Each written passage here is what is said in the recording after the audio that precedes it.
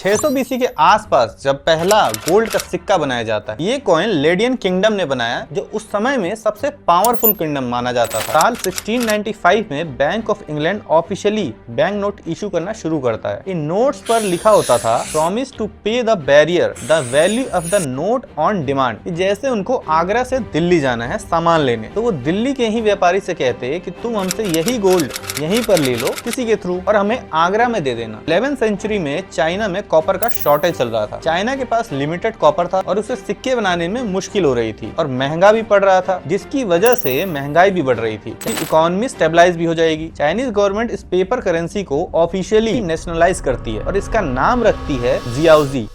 Dollar की मजबूती और उसका इतिहास जानने के लिए हमें समय में थोड़ा पीछे जाना पड़ेगा। इन सब की शुरुआत तब हुई जब ह्यूमन सिविलाइजेशन अस्तित्व में आई। उस समय के लोग अपना काम चलाने के लिए एक दूसरे से अपनी जरूरत के सामान की अदला बदली कर लिया करते थे, जिसे आज हम बार्टर सिस्टम कहते हैं। ये सिस्टम एक छोटे लेवल और एक छोटी सी जगह में तो ठीक से चलता था, लेकिन दिक्कत वहां थी जब इसे बड़े लेवल पर करने की जरूरत पड़ी। जब सिविलाइजेशन बड़ी हुई तो उनकी जरूरतें भी बढ़ी और इन सभी जरूरतों को पूरा करने में ये सिस्टम सक्षम नहीं था। इसमें दिक्कत ये थी कि इसमें किसी भी सामान को ज्यादा समय तक स्टोर करके नहीं रखा जा सकता था। उसके खराब होने के चांसेस ज्यादा होते थे। इसमें जरूरत थी किसी ऐसी चीज की जो जल्दी खराब ना हो और उसकी वैल्यू समय के साथ कम भी ना हो। इसके लिए लोगों ने एक उपाय निकाला, क्यों ना सामान के बदले गोल्ड या सिल्वर लिया जाए या कोई ऐसी धातु जो बहुमूल्य हो। लोगों को ये तरीका पसंद आता है, वो इनमें ट्रेड करने लगते हैं और इसी बीच एक इवोल्यूशन होता है। 600 बीसी के आसपास जब पहला गोल्ड का सिक्का बनाया जाता है। ये कॉइन लेडियन किंगडम ने बनाया, जो उस समय में सबसे पावरफुल किंगडम माना जाता था। उसने गोल्ड के सिक्के बनाए जिससे व्यापार करना आसान हो गया। अब इन कॉइन्स की वजह से व्यापार तो बड़े लेवल पर शुरू हो गया था, लेकिन इसमें समस्या ये थी कि ये सिक्के वजन में भारी थे। बड़ी मात्रा में इनको एक जगह से दूसरी जगह ले जाना मुश्किल था और इनके चोरी होने का खतरा भी बना रहता था। अब फिर मुश्किल आकर खड़ी हो गई। तब व्यापारियों ने इसका हल ये निकाला कि जैसे उनको आगरा से दिल्ली जाना है सामान लेने, तो वो दिल्ली के ही व्यापारी से कहते कि तुम हमसे यही गोल्ड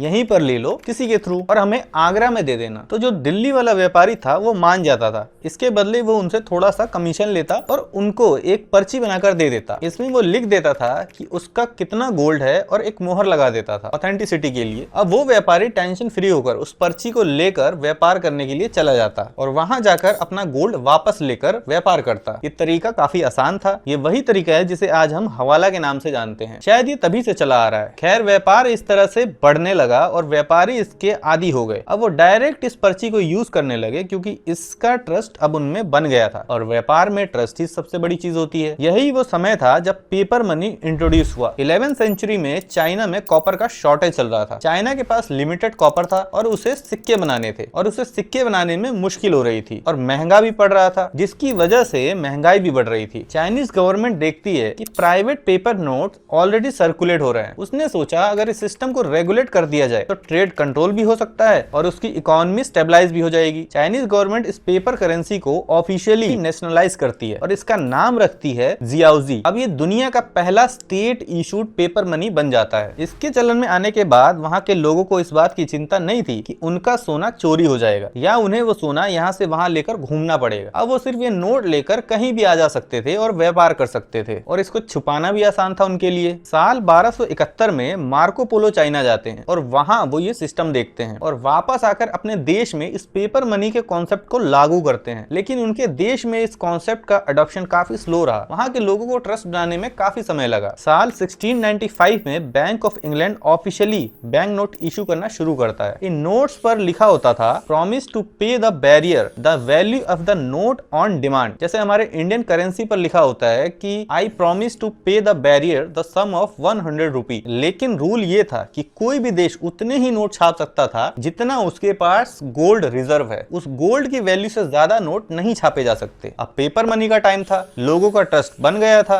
बैंकिंग सिस्टम बन गए थे। फिर आया 18वीं सेंचुरी का रिवॉल्यूशन, जिसमें ब्रिटिश एम्पायर बहुत बड़े लेवल पर मैन्युफैक्चरिंग कर रहा था, फैक्ट्रीज बना रहा था, मशीन्स आ गई थी, ट्रेड अब बहुत बड़े लेवल पर पहुंच गया था। यूके के पास पैसा और पावर दोनों आ रहा था, जिसकी मदद से वो पूरी दुनिया में अपनी कॉलोनीज बना रहा था। कॉलोनीज से वो रॉ मटेरियल अपने देश बेच लाता और तैयार गुड्स दूसरे देशों को बेचता। इसमें उसको मोटा मुनाफा हो रहा था और इसी के चलते उसका पाउंड भी दुनिया के अलग अलग देशों में घूम रहा था और उनका डोमिनेंस बढ़ने लगा। वो आधी से ज्यादा दुनिया में अपना व्यापार फैला देते हैं। सी रूट्स पर उनका दबदबा हो जाता है, वो उनको कंट्रोल करने लगते हैं। लंदन जो एक छोटा सा शहर हुआ करता था, वो धीरे धीरे दुनिया के लिए फाइनेंशियल कैपिटल बन जाता है। वो दूसरे देशों को लोन देने लगता है, जिससे उसका पाउंड और मजबूत हो जाता है। फिर शुरू होता है फर्स्ट वर्ल्ड वॉर, जिसने पूरे ब्रिटेन को हिला दिया।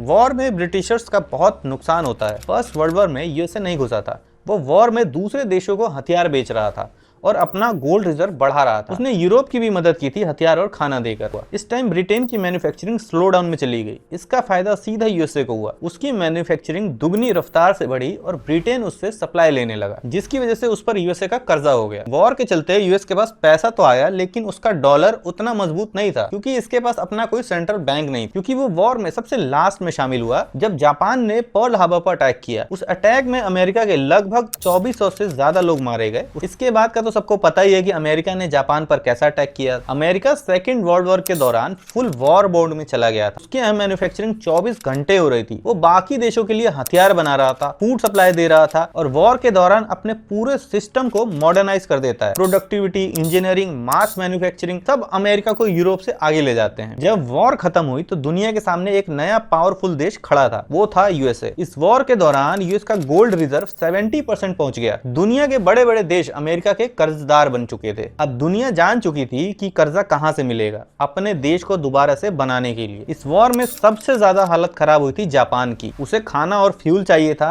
और उसे इंपोर्ट करने के लिए उसके पास पैसे नहीं थे। यूएसए ने 1945 से 52 तक जापान को अपने कंट्रोल में रखा और उसे रीबिल्ड करने में उसकी मदद की। बाद में जापान ने भी कोल्ड वॉर में टेक्नोलॉजी से अमेरिका की मदद की। इसी बीच ब्रेटन वुड्स कॉन्फ्रेंस हुई, जो एक हिस्टोरिक इंटरनेशनल मीटिंग बनी, जो जुलाई 1944 में यूनाइटेड स्टेट के माउंट वॉशिंगटन होटल न्यू हेमिस्फायर में ऑर्गेनाइज हुई। इसका ऑफिशियल नाम United nation monetary and financial conference था। इस मीटिंग में 44 देशों से लगभग 730 डेलीगेट्स पहुंचे थे। इसका मेन गोल था सेकेंड वर्ल्ड वॉर के बाद एक स्टेबल इंटरनेशनल मॉनेटरी और फाइनेंशियल सिस्टम क्रिएट करना। फर्स्ट वर्ल्ड वॉर और ग्रेट डिप्रेशन के एक्सपीरियंस से सबको पता चल गया था, अगर इकोनॉमिक सिस्टम अनस्टेबल हुआ तो पॉलिटिकल और मिलिट्री कॉन्फ्लिक्ट का रिस्क बढ़ जाएगा। इसीलिए एलीट नेशन ये डिसाइड करते हैं कि वॉर खत्म होने से पहले ही फ्यूचर का एक फाइनेंशियल फ्रेमवर्क डिजाइन किया जाए। इस अग्रीमेंट में इंटरनेशनल मॉनेटरी फंड एस्टैब्लिश हुआ, वर्ल्ड बैंक एस्टैब्लिश हुआ, एक fixed exchange rate system design हुआ, जिसमें करेंसीज को यूएस डॉलर से फिक्स किया गया और यूएस डॉलर को गोल्ड से लिंक किया गया। एक आउंस गोल्ड का प्राइस $35 फिक्स किया गया। यहीं से US dollar global financial system का सेंटर बन जाता है। सिंपल शब्दों में कहें तो ब्रेटन वुड्स कॉन्फ्रेंस ने मॉडर्न ग्लोबल इकोनॉमिक ऑर्डर की फाउंडेशन रखी और यहीं जन्म होता है दुनिया के सबसे दो बड़े इंस्टीट्यूशन का, एक आईएमएफ और दूसरा वर्ल्ड बैंक। इसके बारे में आपको न्यूज में हमेशा सुनने को मिलता रहता होगा। इनका मेन काम था किसी भी कंट्री में क्राइसिस के समय उस कंट्री को लोन देना, जिसे वो अपनी कंट्री की इकोनॉमिक डूबने से बचा सके। ये सब सिस्टम अमेरिका ने बनाया, अब सब उसके कंट्रोल में था। उसने US dollar based debt system बनाया। डेट जो उसने दूसरी कंट्रीज को दिया है वो डॉलर में दिया और उनसे कहा कि डेट वो वापस भी डॉलर में ही लेगा। अब जिस भी देश ने यूएस से कर्जा लिया, अपने आप को रीबिल्ड करने के लिए उसे वापस भी डॉलर में ही करना पड़ेगा। उसके लिए उसे डॉलर कमाना पड़ेगा, तभी वो यूएसए का कर्जा उतार पाएगा। यूएस ने रिकंस्ट्रक्शन के लिए मार्शल प्लान के थ्रू 13 बिलियन से ज्यादा का कर्जा दिया। इसके अलावा वॉर के दौरान जो लैंड लीज प्रोग्राम चला था, उसके अंदर भी अमेरिका ने वेपन्स, फूड, फ्यूल और इक्विपमेंट सप्लाई किया था। ये सब कंप्लीटली फ्री नहीं किया था, कई चीजें लोन या रीपेमेंट स्ट्रक्चर के अंडर थी। इन डेट कंट्रीज में सबसे बड़ा था यूनाइटेड किंगडम। यूके ने वॉर के दौरान मैसिव बोरोइंग की थी और 1945 में जो लोन्स यूएस और कनाडा से यूके ने लिए थे, उनकी फाइनल रीपेमेंट दिसंबर 2006 में जाकर कंप्लीट की। इस दौरान डॉलर काफी तेजी से दुनिया में फैला। इन कंट्रीज का इंफ्रास्ट्रक्चर से लेकर ट्रेड सिस्टम सब यूएस डॉलर पर डिपेंड हो गया और अमेरिका जैसा चाह रहा था कि दुनिया डॉलर पर डिपेंडेंट हो जाए, वैसा होता चला गया और यूएस डॉलर धीरे धीरे ग्लोबल करेंसी में बदल गया। 20th सेंचुरी के शुरू में ऑयल एक्सट्रैक्शन का कंट्रोल बड़े पैमाने पर अमेरिका और ब्रिटेन की कंपनीज के पास था और इसी समय मिडिल ईस्ट में ऑयल की डिस्कवरी से दुनिया का पावर बैलेंस ही चेंज हो जाता है। सबसे पहला मेजर कमर्शियल ऑयल फील्ड 1908 में मस्जिद सुलेमान जो ईरान में है, वहां डिस्कवर हुआ। इस डिस्कवरी के बाद Anglo Persian oil company establish हुई ताकि प्रोडक्शन मैनेज किया जा सके। फिर 1927 में इराक के किरकुक रीजन के पास ऑयल मिला। ऑटोमन एम्पायर के कोलैप्स के बाद वहां ऑयल एक्सट्रैक्शन तेज हुआ और इराक पेट्रोलियम कंपनी बनी। 1938 में सऊदी अरेबिया के दमन में मैसिव ऑयल रिजर्व डिस्कवर हुआ। इस ऑयल को एक्सट्रैक्ट करने के लिए अमेरिका अपनी कंपनीज के थ्रू सऊदी अरेबिया की मदद करता है। वो अपनी टेक्नोलॉजी और मशीन वहां लगाता है। सऊदी को भी उसकी मदद चाहिए थी क्योंकि वो अकेले ये कर नहीं सकता था। सऊदी भी अमेरिका की सुनता है और सारा ऑयल जो बाकी देशों को बेचता है वो उनसे पेमेंट डॉलर में लेने लगता है। अब जिस भी देश को ऑयल चाहिए उसे डॉलर लाना होगा तो उनके पास डॉलर का रिजर्व होना चाहिए। वो कैसे आएगा? तो वो देश क्या करते हैं, अपने देश का गोल्ड यूएस के पास रखवा देते हैं, उसके बदले वो डॉलर ले लेते हैं और डॉलर से ट्रेड शुरू करते हैं। इन देशों को ये भरोसा था कि डॉलर के बदले में उनको गोल्ड वापस मिल जाएगा, जिसकी वैल्यू भी कम नहीं होगी क्योंकि वो फिक्स थी। और ये देखकर बाकी देश भी जो ऑयल निकालते थे वो भी पेमेंट डॉलर में लेने लगे क्योंकि इन सब का डॉलर पर भरोसा बढ़ गया था। अमेरिका की इस चाल से उसकी करेंसी पूरी दुनिया में फैल जाती है। इस तरह डॉलर ग्लोबल करेंसी बन जाता है। यूएस की गोल्ड बेकिंग स्ट्रांग थी, लेकिन 1950 से 1960 के बीच कोल्ड वॉर के दौरान US heavy aggressive global spending करता है, जिसमें वो मिलिट्री बेसिस बनाता है, जिसमें उसका खर्चा बहुत ज्यादा होता है। तब अमेरिका यहाँ एक चाल चलता है। वो ये सोचता है कि सारे देश एक साथ तो उससे अपना गोल्ड वापस लेने आएंगे नहीं, तो वो चुपचाप डॉलर छापना शुरू कर देता है और जितना उसके पास गोल्ड था वो उससे कहीं ज्यादा की वैल्यू का डॉलर छाप देता है। अब उसकी ये चाल उसी पर भारी साबित होने लगती है और फिर होता भी ऐसा ही है। धीरे धीरे कई देश अपना गोल्ड वापस मांगने लगते हैं, जिससे अमेरिका का गोल्ड रिजर्व खाली होने लगता है। अब इसका नतीजा ये होता है कि ओपन मार्केट में जो गोल्ड प्राइसेस थे वो बढ़ने लगते हैं, क्योंकि गोल्ड तो डिमांड और सप्लाई का गेम है। डिमांड बढ़ेगी तो प्राइसेस बढ़ेंगे। अमेरिका ने तो गोल्ड का प्राइस फिक्स कर दिया था एक आउंस का $35, लेकिन अगर बाहर मार्केट में एक आउंस $40 का मिलने लगे तो लोग वही सेम डॉलर से अमेरिका से गोल्ड खरीद कर बाहर मार्केट में बेच देंगे और प्रॉफिट कमा लेंगे। इस मुसीबत से बचने के लिए अमेरिका 1960 के शुरुआत में ब्रेटन वुड्स सिस्टम को बचाने के लिए एक स्पेशल अरेंजमेंट बनाता है, जिसे लंदन गोल्ड पूल नाम दिया गया। ये सिस्टम 1 नवंबर 1961 को स्टार्ट होता है। इसमें यूनाइटेड स्टेट्स और 7 यूरोपियन कंट्रीज के टोटल 8 सेंट्रल बैंक शामिल होते हैं, जो अपना गोल्ड रिजर्व इस पूल में डालते हैं। यूएसए का मेन गोल था ब्रेटन वुड्स के फिक्स एक्सचेंज रेट सिस्टम को मेंटेन करना, गोल्ड की प्राइस को $35 पर फिक्स रखना। उस टाइम डॉलर गोल्ड के प्राइस के साथ फिक्स था, इसलिए अगर गोल्ड की मार्केट प्राइस $35 से ऊपर चली जाती तो पूरे सिस्टम पर प्रेशर आ जाता। अब ये सिस्टम काम कैसे करता था? Central bank London gold pool market में इंटरवेन करते थे। अगर गोल्ड की प्राइस ऊपर जाती तो वो मार्केट में गोल्ड बेचने लगते थे ताकि प्राइस नीचे आ जाए। अगर प्राइस गिरती तो वो मार्केट में गोल्ड खरीदने लगते, जिससे प्राइस ऊपर चली जाती। यूनाइटेड स्टेट उस समय अकेला ही लगभग 50% गोल्ड सप्लाई करता था, जो मार्केट में बेचा जाता था। ये प्राइस कंट्रोल सिस्टम लगभग 6 साल तक काफी सक्सेसफुल रहा, लेकिन बढ़ते डिमांड की वजह से उसके प्राइस को कंट्रोल ना रख पाना और डॉलर पर से लोगों का विश्वास कम होने की वजह से मार्च 1968 में लंदन गोल्ड पूल कोलैप्स हो जाता है। कोलैप्स के बाद एक नया 2 टायर सिस्टम ट्राई किया गया, ऑफिशियल गोल्ड ट्रांजैक्शन अलग रेट पर, ओपन मार्केट ट्रांजैक्शन अलग रेट पर, लेकिन ये भी लॉन्ग टर्म में सस्टेनेबल नहीं रहा। 15 अगस्त 1971 में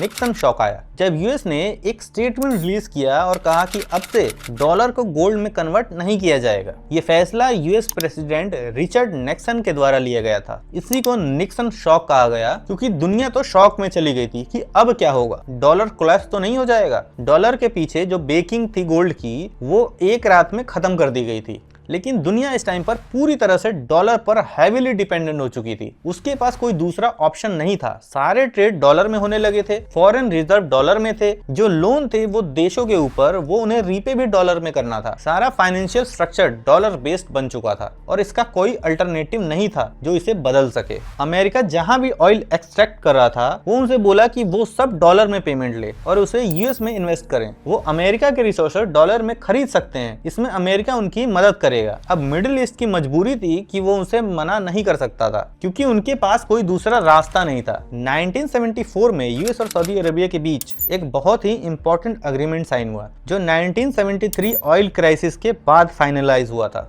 हुआ ये था कि 1973 में ऑयल क्राइसिस आया, जब अरब ऑयल प्रोड्यूसिंग कंट्रीज ने सप्लाई कम कर दिया। इससे ऑयल प्राइसेस सडनली बहुत बढ़ गए और ग्लोबल इकोनॉमी पर हैवी प्रेशर आ गया। उसी पीरियड में ब्रेटन वुड्स सिस्टम भी टूटा था और डॉलर गोल्ड से अलग हुआ था। अमेरिका को डॉलर की ग्लोबल डिमांड को स्टेबल करना था। इस सिचुएशन में यूएस ने सऊदी अरेबिया के साथ एक स्ट्रेटेजिक डील की। इस डील में सऊदी अरेबिया से कहा गया कि वो अपना सारा ऑयल सिर्फ यूएस डॉलर में बेचे और ऑयल बेचकर जो सरप्लस प्रॉफिट मिलेगा उसे वो यूएस ट्रेजरी बॉन्ड और अमेरिकन फाइनेंशियल असेट में इन्वेस्ट करे। बदले में यूएस ने सऊदी अरेबिया को मिलिट्री इक्विपमेंट्स, वेपन सप्लाई और सिक्योरिटी प्रोटेक्शन देने का प्रॉमिस किया। इस एग्रीमेंट के बाद जो भी कंट्री ऑयल खरीदना चाहती थी उससे पहले यूएस डॉलर अरेंज करना पड़ता था। इसका असर ये हुआ कि डॉलर की ग्लोबल डिमांड परमानेंटली स्ट्रांग हो गई। इसी सिस्टम को पेट्रो डॉलर सिस्टम कहा गया। अब कई कंट्रीज ऐसी भी थी जिसने इसे मानने से इनकार भी किया और इसे चैलेंज किया और कहा कि हम इसमें ट्रेड नहीं करेंगे। इनमें सबसे पहला नाम आता है सद्दाम हुसैन का, जो इराक के प्रेसिडेंट थे। साल 2000 में वो अनाउंस करते हैं कि वो अपना ऑयल डॉलर में नहीं बेचेंगे और यूरो में अपने ऑयल को बेचना शुरू करते हैं। इससे अमेरिका भड़क जाता है और अपनी पावर का इस्तेमाल करके 2003 में इराक पर हमला करता है। सद्दाम हुसैन को पकड़ लेता है और उनको फांसी दे देता है। इसके बाद लीबिया के लीडर मुअम्मर गद्दाफी ने एक पैन अफ्रीकन करेंसी का आइडिया दिया था जिसे गोल्ड दिनार कहा गया। ये करेंसी लीबिया के गोल्ड रिजर्व से बेक्ड होती और इसका गोल था कि अफ्रीका को यूएस डॉलर की डिपेंडेंसी से मुक्त किया जाए।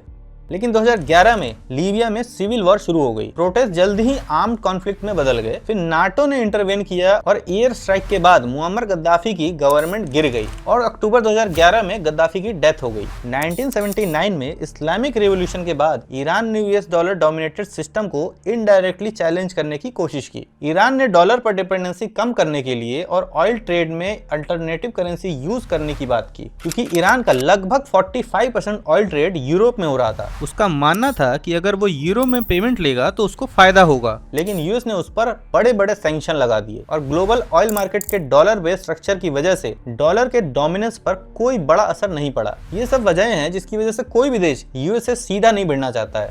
यही था पेट्रो डॉलर सिस्टम। इसके साथ एक नेटवर्क और भी था जिसे डॉलर को और सपोर्ट मिलता है, वो है स्विफ्ट नेटवर्क। स्विफ्ट नेटवर्क एक ग्लोबल बैंकिंग मैसेजिंग सिस्टम है जिसके थ्रू बैंक्स इंटरनेशनल पेमेंट के इंस्ट्रक्शन भेजते हैं। ये खुद पैसा ट्रांसफर नहीं करते, बस एक सिक्योर मैसेज भेजते हैं कि पैसा कहां और कितना भेजना है। 200 से ज्यादा देश इस बैंक से कनेक्टेड हैं। इंटरनेशनल ट्रेड और क्रॉस बॉर्डर पेमेंट इसी पर डिपेंड करते हैं। अगर किसी कंट्री को स्विफ्ट से हटा दिया जाए तो उसके लिए ग्लोबल ट्रांजैक्शन करना बहुत मुश्किल हो जाएगा। इसीलिए इसे पावरफुल फाइनेंशियल टूल माना जाता है और इसका इस्तेमाल अमेरिका समय समय पर करता रहता है। 2022 में रशिया यूक्रेन वॉर के बाद अमेरिका ने कई मेजर रशियन बैंक को स्विफ्ट से डिस्कनेक्ट किया था, लेकिन पूरे रशिया को कम्प्लीटली बैन नहीं किया था। अभी यूएस ने रशिया और चाइना पर सैंक्शन भी लगाए थे, जिसके बाद ये दोनों देश डॉलर से ट्रेड न करने की बात भी कर रहे थे। इन देशों ने मिलकर डॉलर का इन्फ्लुएंस कम करने के लिए ब्रिक्स का फॉर्मेशन किया। ब्रिक्स में ब्राजील, रशिया, इंडिया, चाइना और साउथ अफ्रीका शामिल है। इसका मेन फोकस है यूएस लेड फाइनेंशियल सिस्टम को कम करना। यूएसए का इन्फ्लुएंस ग्लोबल इंस्टीट्यूशन में काफी स्ट्रॉन्ग है।